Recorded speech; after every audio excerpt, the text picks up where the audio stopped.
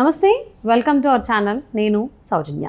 ఎన్నికల వ్యూహకర్త పీకే ప్రశాంత్ కిషోర్ చాలా రోజుల నుంచి కూడా రాబోయేటువంటి ఎన్నికల్లో జగన్మోహన్ రెడ్డి ఓడిపోబోతున్నాడని చెప్తున్నాడు.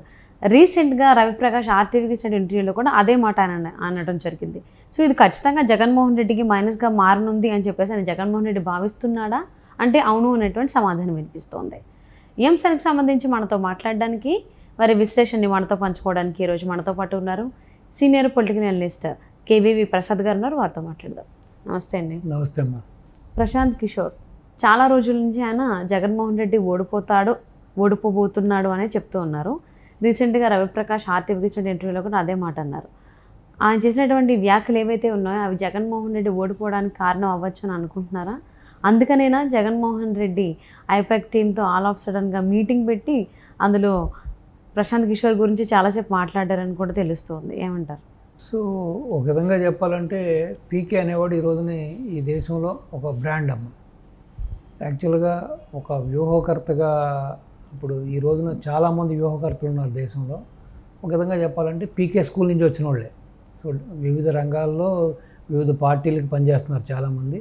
సో వీళ్ళందరూ కూడా ఎక్కడో చోట చూస్తే వీళ్ళంతా కూడా స్కూల్ ఆఫ్ ప్రశాంత్ కిషోరే. సో 2014లో జగన్ గారు ఘోర ఓటమి పొందిన తర్వాత దిక్కుతోచని స్థితిలో, అంటే చుక్కాని లేని నావలాగా నడి సముద్రంలో ఏ విధంగా అయితే నావ తీరం చేరుకోవడానికి ఇబ్బంది పడుతుందో ఆ విధంగా ఉన్న సమయంలో వాళ్ళని వీళ్ళని పట్టుకుని పీకేని బతుకులనుకుని పీకేని వచ్చి వ్యూహకర్తగా పెట్టుకోవడం జరిగింది. సో పీకే పెరిగిన వాతావరణం, అతని రాష్ట్రం చూస్తే మీరు మనకంటా కూడా కులాల కుంపట్లు, కులాల కురుక్షేత్రం ఎక్కువ ఎక్కడ బీహార్లో.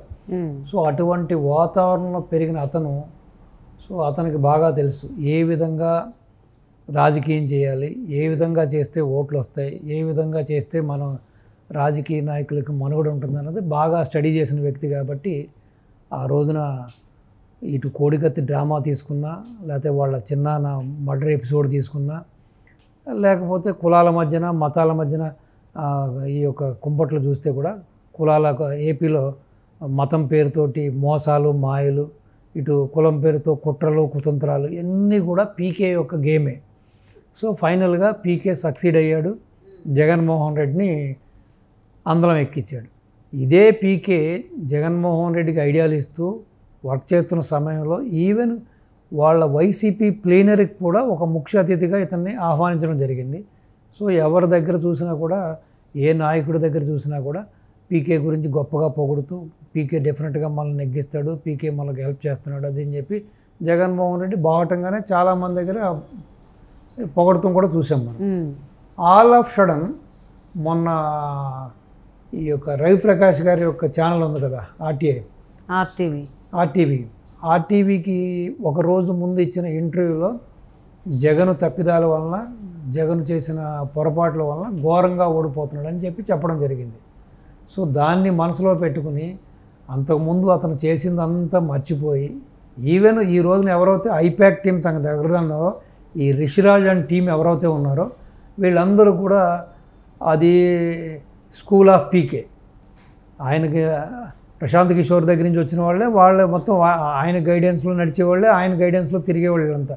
సో వాళ్ళ దగ్గరికి వెళ్ళి వాళ్ళని అభినందిస్తూ పీకే ఈజ్ నథింగ్, అంతా కూడా ఐపాక్ టీమే, ఘనత అంతా ఐపాక్ అని చెప్పడం కూడా అతని యొక్క కృతజ్ఞతాభావానికి, మన సామెత చెబుతారు కదా, ఏరు దాటిన తర్వాత నావా తగలేసాడు అన్నట్టుగా దానికి నిదర్శనంగా తీసుకోవచ్చు. అంతకుముందు పీకే లేకపోతే నేను లేను, పీకే నా విజయం వెనకాల పీకే ఉన్నాడని చెప్పిన వ్యక్తి ఆల్ ఆఫ్ సడన్ ఆ రోజున ఆ ఇంటర్వ్యూ తర్వాత మొన్న ఈ విధంగా మాట్లాడటం అనేది జగన్మోహన్ రెడ్డి యొక్క దగుల్బాజీ యొక్క వ్యక్తిత్వానికి, ఆ దగుల్బాజీ రాజకీయానికి ఇది ఒక ఫైనెస్ట్ ఎగ్జాంపుల్. సో యాక్చువల్గా ఏంటంటే ఇప్పుడు జగన్మోహన్ రెడ్డి యొక్క మనోభావం ఏంటంటే, ఏదైతే పీకే మాట్లాడిన ఇంటర్వ్యూని ప్రజలు విశ్వసించారని, దానివల్ల తనకి ఓట్ బ్యాంక్ లాస్ అయిందని, ప్రజలు కొంతమంది తనకు వ్యతిరేకంగా ఓటేశారనే ఇంటర్వ్యూ ప్రభావం వల్ల అని ఏదో మనసులో పెట్టుకుని ఈ విధంగా మాట్లాడటం జరుగుతుంది. అంటే జనరల్లీ మీటింగ్ అనేది అంటే ఎలక్షన్స్ అయిన తర్వాత, పోలింగ్ అయిన తర్వాత పార్టీ క్యాడర్తోనూ లేకపోతే పార్టీ నేతలతోనూ జనరల్లీ ఈ సమీక్ష సమావేశాలు నిర్వహిస్తూ ఉంటారు.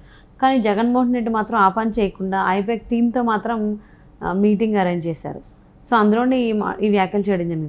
ఇంతకుముందు కూడా ప్రశాంత్ కిషోర్ చాలాసార్లు అన్నారు, ఈసారి ఎన్నికల్లో మాత్రం జగన్మోహన్ రెడ్డి రాడు, ఆయన తప్పిదాలు ఆయనకి, ఎందుకంటే సంపదను సృష్టించుకుంటా సంక్షేమం అని చెప్పేసి అని తిరుగుతూ ఉండడం వల్ల కూడా ఇబ్బంది అవుతుందని ఆయన కూడా ఒక ఛానల్కి ఇచ్చినటువంటి ఇంటర్వ్యూలో ఇదే కామెంట్ చేశారు.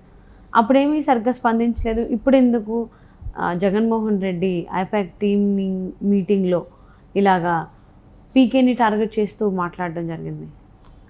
సో అంటే తన చుట్టూ ఉన్న సలహాదారులు, తనకు చుట్టూ ఉన్న కొంత ఎవరైతే ఆ యొక్క కొంతమంది వ్యక్తులు ఉన్నారో వాళ్ళందరూ కూడా సోషల్ మీడియా వాళ్ళు కానీ లేకపోతే సజ్జల భార్గవరెడ్డి కానీ ఇది ఏదైతే ఒక ఎలక్షన్ ముందు 1 డే ముందు జరిగిన ఈ ఇంటర్వ్యూ మూలంగా మన మీద ఇంపాక్ట్ పడింది, అది మైనస్ ఇంపాక్ట్ పడింది. సో ప్రజల్లో ఒక నెగిటివ్గా వెళ్ళింది ఇది. సో కాబట్టి దానివల్ల మనకి కొంత ఓట్లు లాస్ అయ్యాం అనేది కూడా వాళ్ళు చెప్పడం జరిగింది. బహుశా ఆ యొక్క ఆ ఇన్సిడెంట్ వలన ఆ మనసులో ఆ యొక్క ఆ ద్వేషం, ఆ ఈర్ష్య వలన కూడా జగన్మోహన్ రెడ్డి ఈ విధంగా మాట్లాడడం జరిగింది. సో అందుకునే అంటే ఈ మధ్యకాలంలో జగన్మోహన్ రెడ్డి వైఖరిలో మార్పు వచ్చింది కాబట్టి ప్రశాంత్ కిషోర్ ఆ యొక్క ఆర్టీవీకి ఇచ్చిన ఇంటర్వ్యూలో లాస్ట్లో కూడా ఒక ఉదంతం చెప్పుకొచ్చాడు ఆయన. కృతజ్ఞత అనేది లేకపోవటం కూడా మహా ఘోరం, అది మహా పాపం అని భగవద్గీతలో కూడా ఉంది.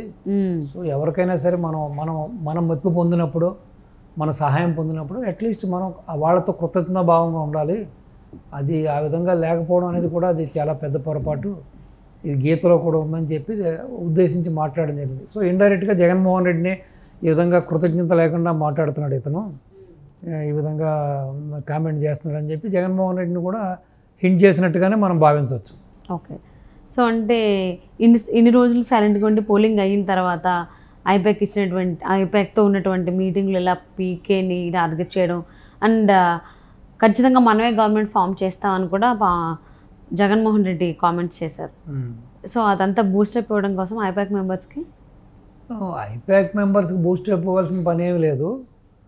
కేవలం ఏంటంటే ఐపాక్ ద్వారా ఈ వచ్చిన సందర్భాన్ని ఉపయోగించుకుని తన కేడర్కి, తన నాయకులకి కాస్త మనోస్థైర్యాన్ని ఇవ్వడానికి, ఇప్పుడు మనం ఓడిపోతున్నామని తెలిస్తే రేపొద్దున ఏదైతే ఇప్పుడు ఈ యొక్క పోలింగ్ అయిన తర్వాత మీరు ఈవీఎంస్ అన్నింటినీ తీసుకెళ్ళి ఎక్కడైతే భద్రపరిచారో అక్కడ రేపొద్దున వీళ్ళ పార్టీకి సంబంధించిన ఎవడో ఒక్కడు కూడా అక్కడ కాపలాగా ఉండడు.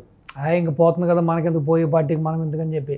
సో కేవలం రేపొద్దున జరగబోయే గొడవలకో, జరుగుతున్న గొడవలకో, కాస్త మళ్ళీ మనం అధికారంలోకి వస్తున్నామని వాళ్ళందరినీ రెచ్చగొట్టడం కోసము ఇవన్నీ కూడా మేకపోతు గంభీరమైన మాటలు మాత్రమే తప్పించి ఎక్కడా కూడా దీంట్లో విషమెత్తు కూడా నిజం లేదు.